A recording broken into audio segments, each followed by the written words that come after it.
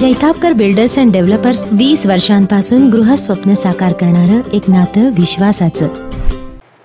येणाऱ्या 2019च्या लोकसभा आणि विधानसभा निवडणुकीत कोकण किनारपट्टीवरील आमदार व खासदार हा भंडारी समाजाचाच असेल, असा विश्वास अखिल भारतीय भंडारी महासंघाचे अध्यक्ष नवीनचंद्र बांदिवडेकर यांनी व्यक्त केला। पाहुयात काय म्हणाले नवीनचंद्र बांदिवडेकर। मी कुठल्याही एका पक्षाचं असं नाव घेणार नाही, परंतु जे कोण राजकीय नेते आहेत ते पूर्ण फक्त भंडारी समाजाचा वापर करतात, परंतु भंडारी समाजाला राजकीय जे स्थैर्य ते मिळालं पाहिजे ते मिळत नाही आहे।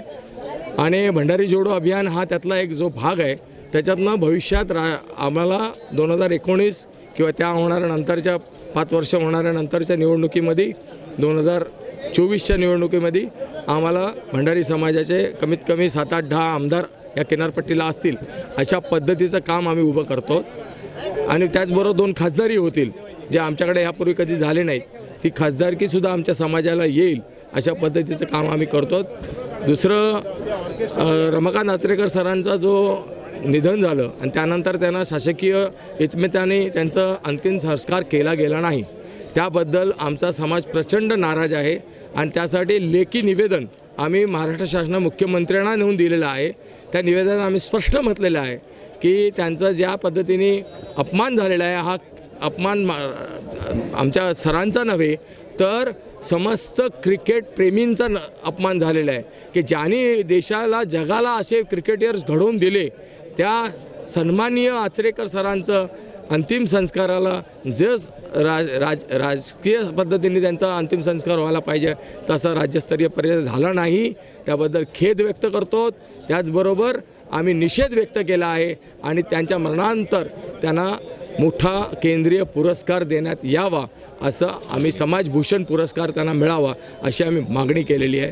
आणि अन्यथा महाराष्ट्र शासनाने लेखी स्वरूपात नसेल तरी जाहीररित्या माफी मागावी असं आमचं म्हणणं आहे आणि मागणी आहे। आणि आपण जे ओबीसी हे आहे त्यात आपण सामील होणार नाही, ओबीसी आम्ही ओबीसी आहोतच।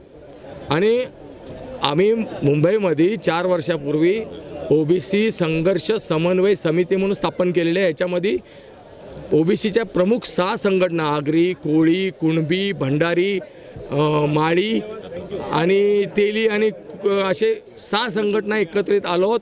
आणि आता आणखीनही 4-5 संघटना येत आहेत, म्हणजे जवळजवळ 10 ते 11 संघटना ह्या एकत्रित येऊन आम्ही 25 फेब्रुवारीला म्हणजे ज्या 5 दिवसाचं अधिवेशन होणार आहे मुंबईमध्ये, त्या अधिवेशनाच्या पहिल्याच दिवशी आम्ही धडक मोर्चा नेणार आहोत आणि आमच्या ओबीसीच्या मागण्या आम्ही मुख्यमंत्र्यांसमोर ठेवणार आहोत।